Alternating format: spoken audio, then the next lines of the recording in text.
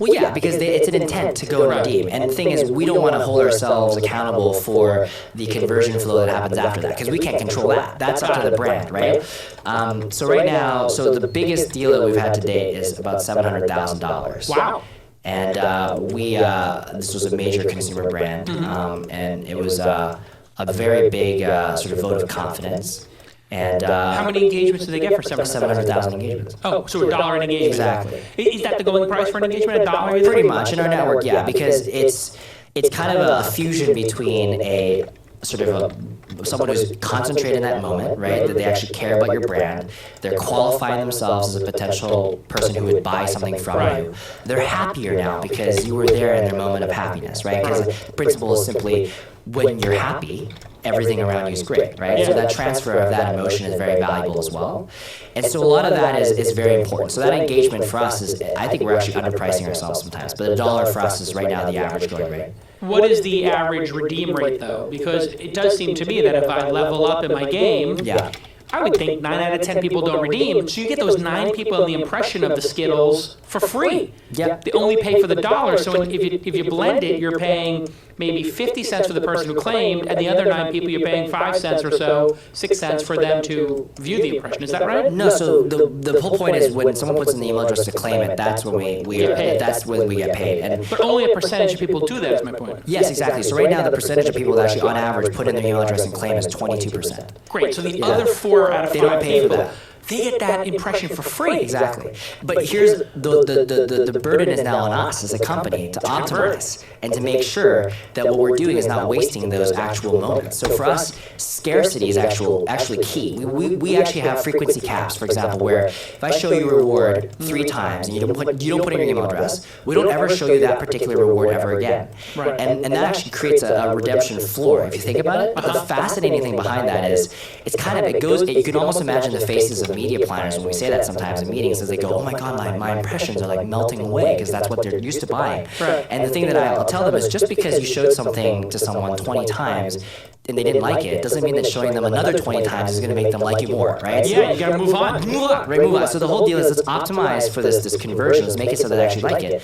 And the best part is somebody's diabetic and you keep telling them you got to skip. They don't want it. Just don't give it to them. Right? I'm fat. Don't tell me Haagen-Dazs. Exactly.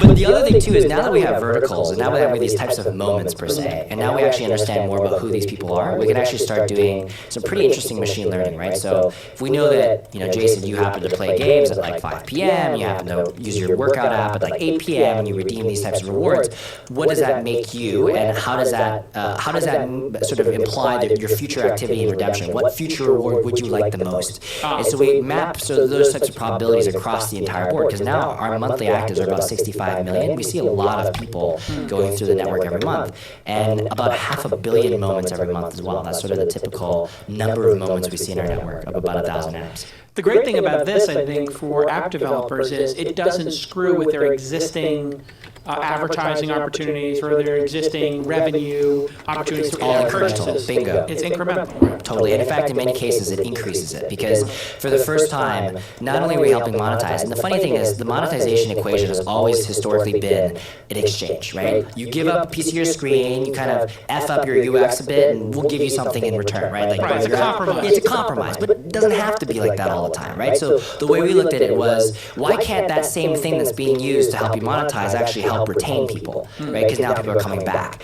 Do you find it drives people to get to the next level in their, quest? So, hey, if I got Skittles at level 7, maybe I want to get to level 8 and 9 and get a Snickers and a Mars bar. So what we've learned is actually a giant sort of experiment of human behavior. It's fascinating. So you have some people that will try to figure it out, right? They'll be like, I got it at 7, then I got it at 14, then maybe I'll get something at whatever, right? So the whole thing is, that's a very tiny percentage of people. But most people will be like, when you receive a gift, you're like, oh yeah, awesome, this is a gift, it's very nice. You're not going to be like, so why did you give me this gift? Like, how do I figure you out? Like, that never happens, like, with most normal human beings. So we see that behavior, and it's just amazing to see how people respond. Have you thought about bringing this to Xbox, where serious gamers are, and they have their credit card numbers in, and you could actually maybe close a transaction?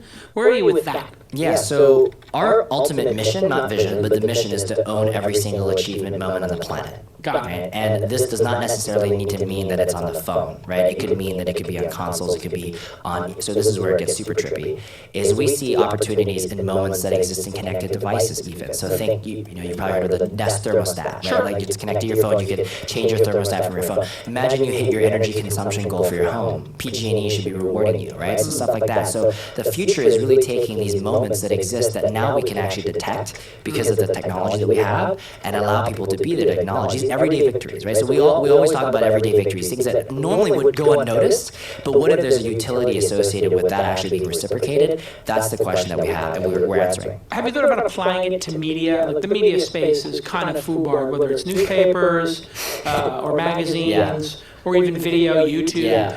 So somebody watches the 5th Yeah. episode of Angry Orange and something happens. That doesn't happen if you've only watched 3 or 4. So we have been thinking about it really hard, and you'll notice, because I came from Dig, you would imagine I would think about that quite a bit. And the thing is, I just don't, my whole reason why we haven't entered into that yet is I just don't think the whole like commenting 5 times or watching a video 5 times is enough of a meaningful moment to garner a particular reward, because it now feels like I'm just watching as if I'm a Pavlovian dog and I'm kind of hitting some milestone, whatever, right? But I think what would be very fascinating is taking very sort of, not like niche in terms of size, but sort of niche use cases where, for example, you watched a video of Mario Batali preparing a pasta, right? And then a reward should come from a Campbell's.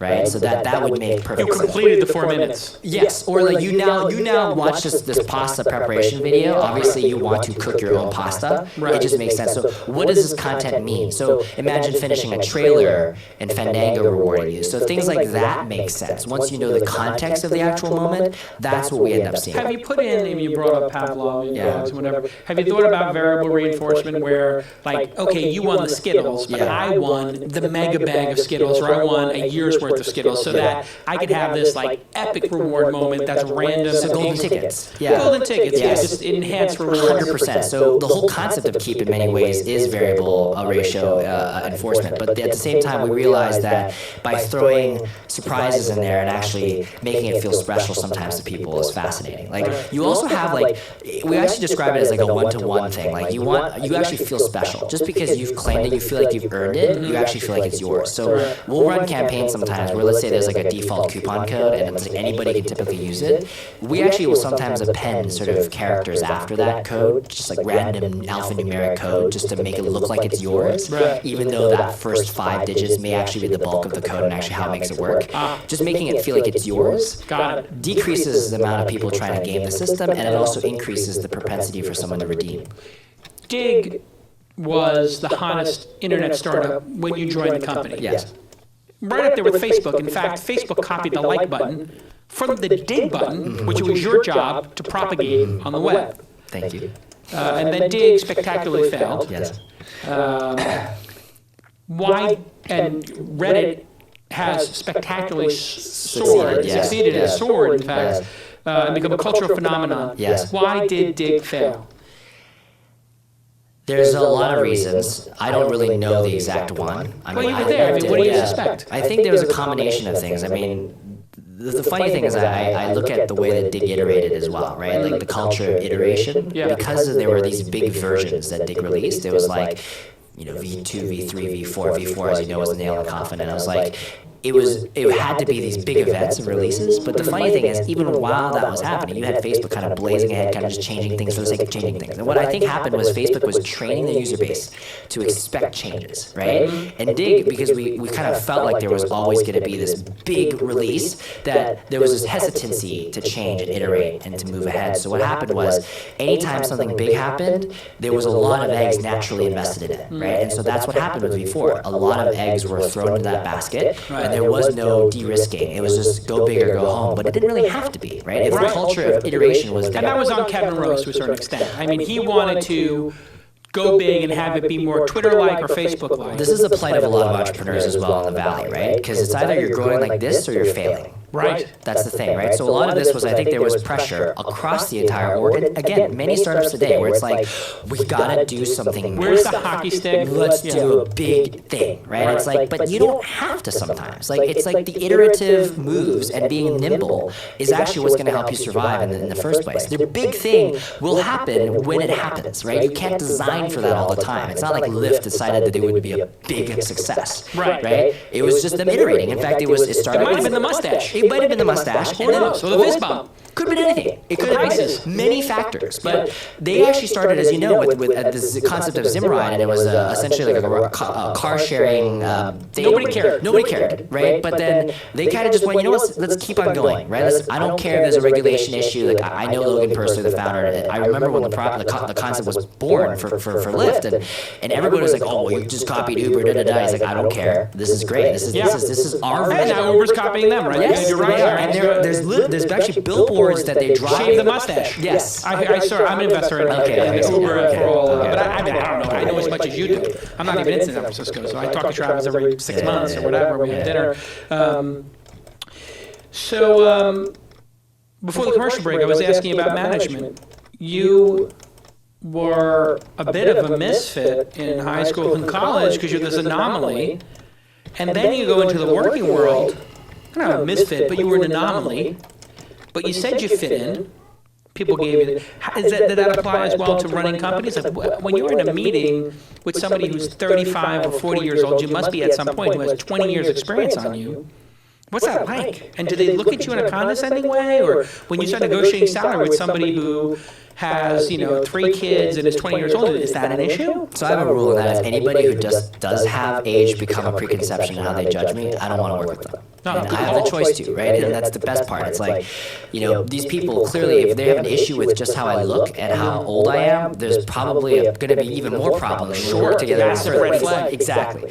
But on top of all that, I think what's funny is, you again have this issue with founders many times where it's like, we started the company, but we're not necessarily, in many cases, the most fit for running it, right? So I actually proactively knew this, and I'm lucky I got classically trained in business. I had a business degree in college that helped to a certain extent, but in many cases, I knew that I needed to make myself better. So a year ago, I proactively hired a CEO coach. And I made sure that we would basically, I would train myself to be better. And who's the CEO coach, you said? His name is Rich Hagberg, actually. Rich Hagberg. Yeah, he's got a bunch of pretty prominent clients. I don't think I'm allowed to tell people what the clients are, but yeah, he's a very, very accomplished CEO coach. And the thing is, it cost like $1,000 a month or something, 10 times a year. It's a fee. Yeah, it's a fee. But I'm going to say like 5 figures a year or something like that. It's more like a type of consulting type of thing. So you can imagine that the consultants gets a little equity, maybe. No, it was all cash. Got it. So a couple $100 an hour. Yeah. So when you think what about are you doing in a CEO coaching strategy? What happens? You just sound like, you lay on a couch and you're like, it's like a shrink session, basically. Is it really? Yeah, you kind of just say what your issues are, and then there's also this half kind of learning, right? So like, Brian, here's sort of like, generally what would happen in continuing to further your culture as your company passes a certain stage in terms of size, you just sort of kind of being like someone with a crystal ball for a bit, kind of like, what are potential issues you might face in the future, Brian, and making sure that I'm equipped for that.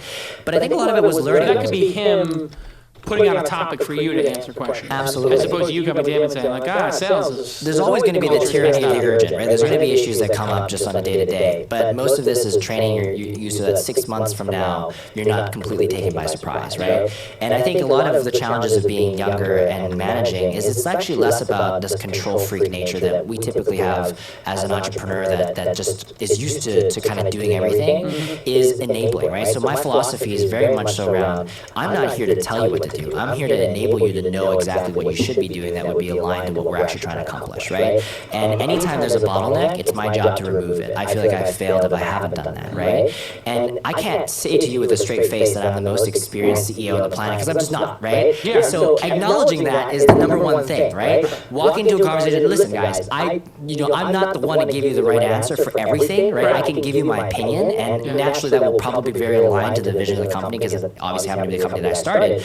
But at the same time, let me help you find the answers. And that's the number one thing. And I think I think I'm learning more from my employees as well, and than they are from me sometimes, because when we first started our sales team, for example, Chris Coburn, our head of sales, based in New York, and he had to teach me a lot about selling media, right? So when you end up going to agencies, like what is the etiquette? How do you, what are they looking for? What are the things that motivate them? I had no idea. So a lot of it was, how do I, again, stay a few steps ahead and understand, and this was coming from people like Chris who were very experienced in the industry. Or in that case, catch up. And catch up. Yeah. And then you have but the thing is, when you're starting a company that's so, but it's disrupted industry, and I use air quotes because people love using the word disrupt all the time.